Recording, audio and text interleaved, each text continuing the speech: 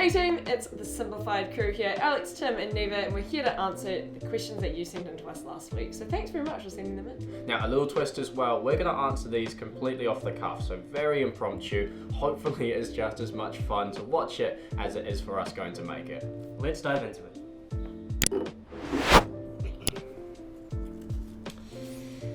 What do I say when somebody says, "Who are you voting for?" I think the first thing I'd say in relation to this question is that you don't actually have to disclose that if you don't want to. Political opinions are a personal matter, so if you don't want to disclose that, you can just say, "Oh, look, I'd rather keep that private." Why can't you advertise on voting day? This is quite a quirky thing. Not many people know that.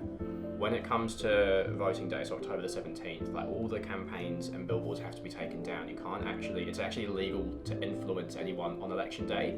It comes from the Electoral Act of 1993, so it's a fairly old law, and recently as well, it's sort of had a bit of controversy just because we do have social media now, and so it is pretty difficult to try and not influence people on voting days when you have all this stuff online and on Facebook and Instagram going round.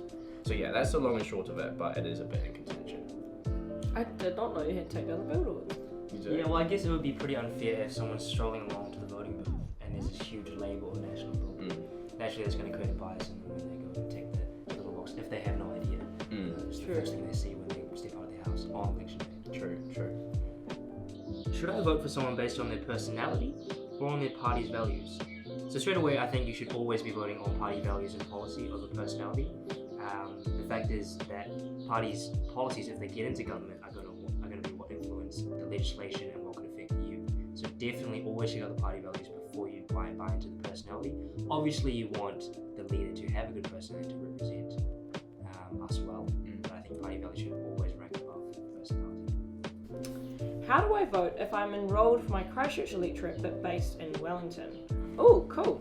Okay, so the answer is you can do both. So you can either stay in Wellington and vote in your Christchurch electorate, or you can shift your vote into your Wellington electorate. All you have to do is head to vote.nz and change your address.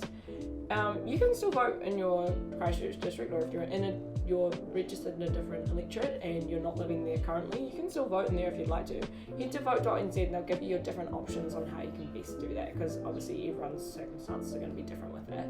The most important thing though is get onto it early, so check in now and do it. Don't leave it to election day, because if you're wanting to vote in a different electorate, it's a little bit more complicated. They mail it out to you, eh? Yeah, I'm pretty sure it's a mail out. What is the new vote compass and how can it be used to help people decide who to vote for? This is a good question. We've actually covered this one as well. So we did a little video on Vote Compass and Policy NZ, which are two really, really good resources that we back a lot because it does help you understand what you value in the political system and what party is going to help you the most. Vote Compass essentially is where you answer a few general questions about what you value and what your preferences are. Then look at your opinions and preferences on party leaders and their parties. And then they're going to give you your political stance on a map with other political party stances as well. So essentially you get to see who you're closest to on like this big political map. So it's very, very helpful. And they do the same thing for the referendums as well, so you can see all the different party stances on the referendums as well as yours, which is great for this election.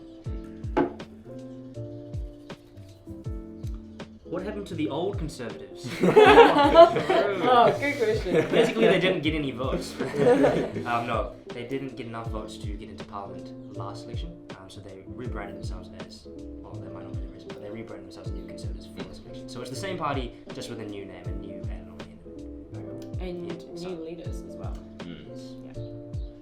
Okay, I think we are going to leave that there. We've gone quite into this, giving you some in-depth answers, so we will make a second video with the second half of the questions.